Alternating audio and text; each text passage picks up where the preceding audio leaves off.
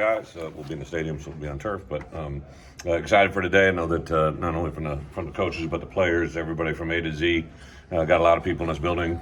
Kind of always talk about the evolving times of college football. So literally have first-year player meetings today, right? So what that means is anybody that's never been in a fall camp with us as a football program here at the University of Illinois is in that meeting. So have 119 roster spots that are filled right now, and 45 of those guys are in our first fall camp together ever, right? So almost 40% of our team is experiencing fall camp. Now, a lot of those guys are with us in the spring, a little bit of how we do things, but just to put a perspective, in the spring, we're still under a pretty intense NCAA allotment of time that we get each week, some rules around that. And fall camp today, they'll walk out of the building this evening after practice, and they'll be on the grass or in meetings or in walkthroughs or in practice in some capacity. Got about a 45-minute window here with weights. They'll be in this building working with us about 10 hours today, right? So that's the same schedule for every day this week, 6 days in a row. By Saturday, walking off the field Saturday night, they would have gotten in over 60 hours, maybe 70 to 80 with some volunteer film time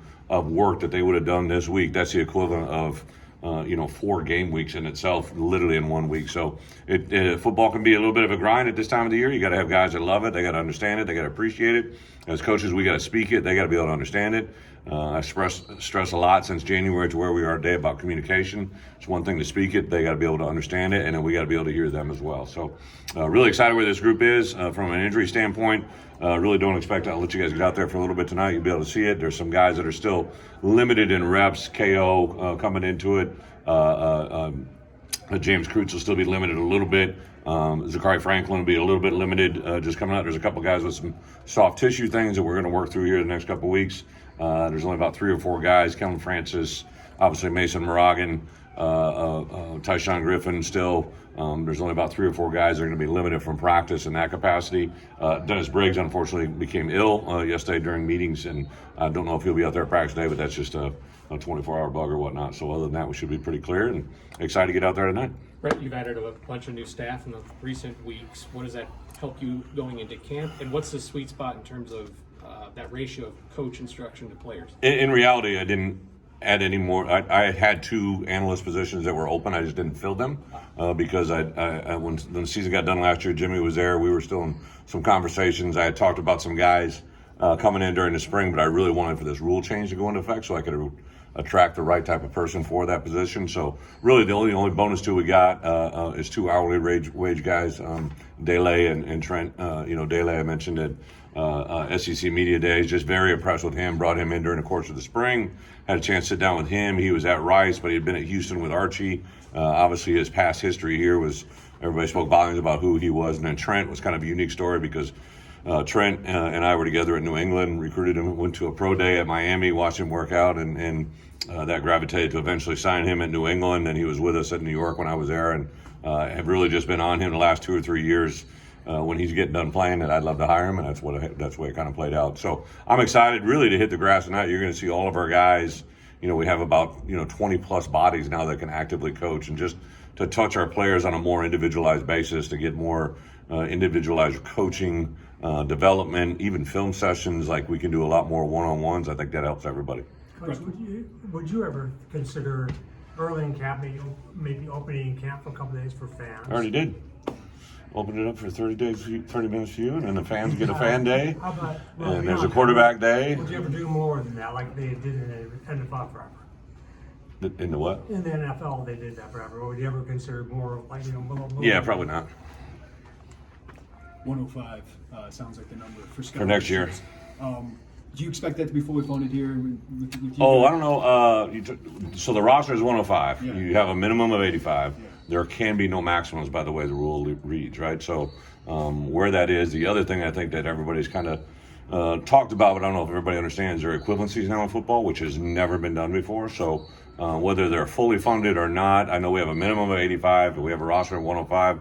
There's a lot of conversations between Josh, obviously myself, and the administration and athletic department before we can kind of hone in on that. But it does affect the 2025 class, right? So I have an idea of what I think it's going to be. I don't think we're ready to go public with that information yet. What's the difficulty in changing that, and what semester or two? Well, I was hoping there was going to be some type of gradual decline, right? Like to go from 120 down to 105 is just, it's quick, it's sudden, but it is what it is.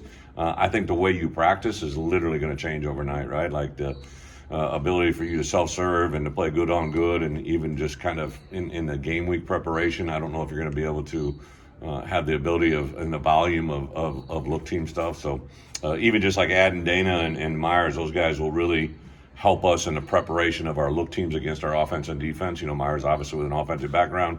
Dana as a head coach has an idea of what is expected, right? So those two guys in itself will really help us just even this year, which I think will have a bigger effect next year. You kind of just said it, Bret, but you'd always said the 25 class is going to be a little bit smaller just because you're working on an 85. Is it obvious now that with you working on a 105 maybe? 100%, so we already have, you guys that really follow us know who's already committed to us, right? And we were probably getting to that point where I was within one or two, maybe, right? Now a little bit, I think, a change. But the other thing that comes into play here is like we literally have a roster of 119 players. We'll add another player here in August, but right now we're at 119. And of that 120, there's a very small number of guys that are guaranteed as being there last year, right? Like there's a couple guys who are counting as seniors who have 2 years of eligibility. They've just expressed that this will probably be their last year, and both of them are major contributors.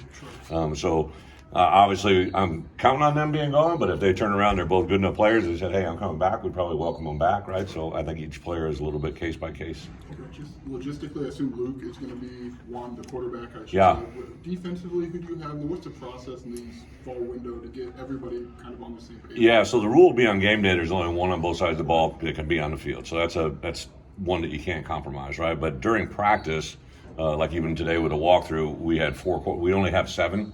We're supposed to get to 10. We didn't get all 10, so there's a little bit of I think when you got 120 Division I teams all won it, right? They just didn't plan or forecast the correct number that we're going to be ready. So we've got 7. So for practice tonight, there'll be 4 offensive and 3 defensive. On the offense, it'll obviously be all 4 of the quarterbacks, and on defense, all 3 will be in the DB position.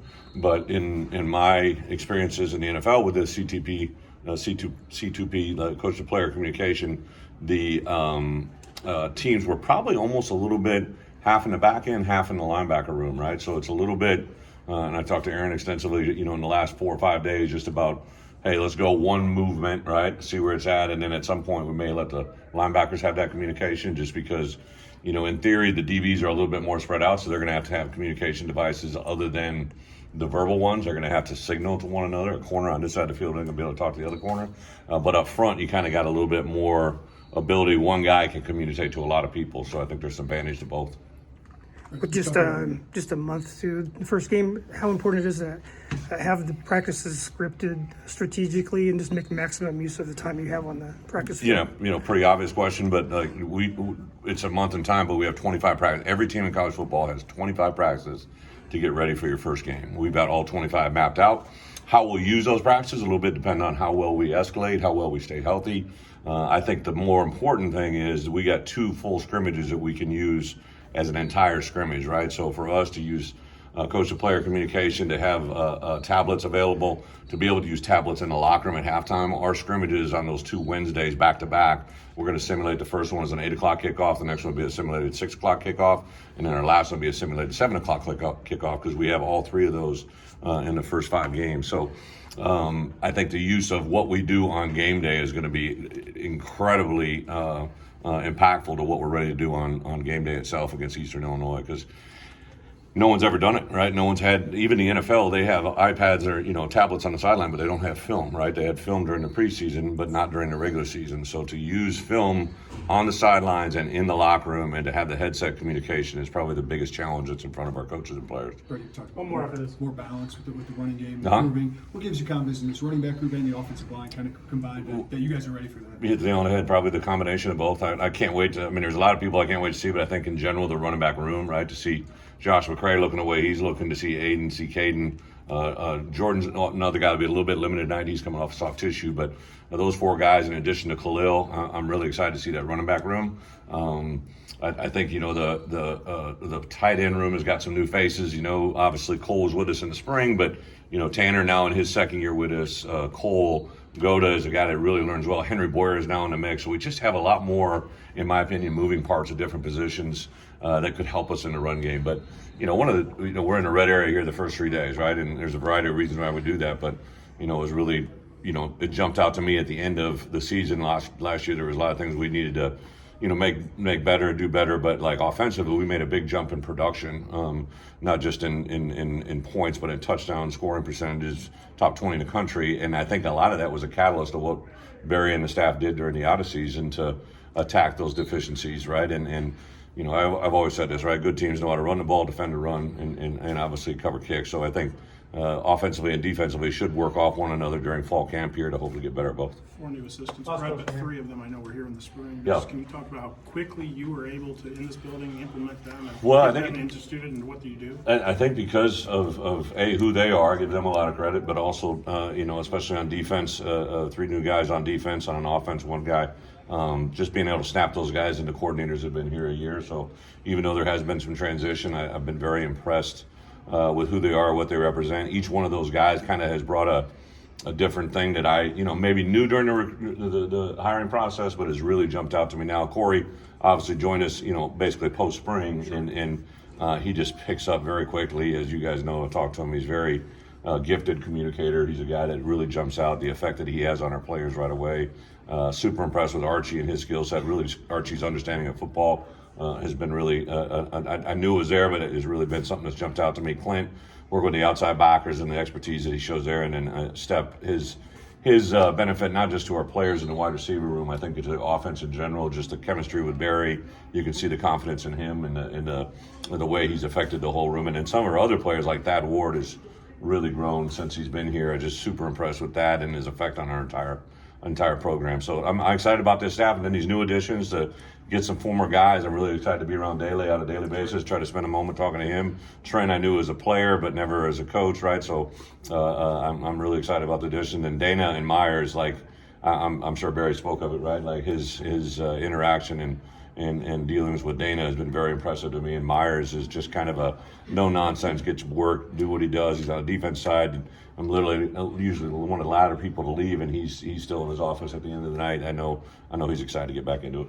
Thank you, guys.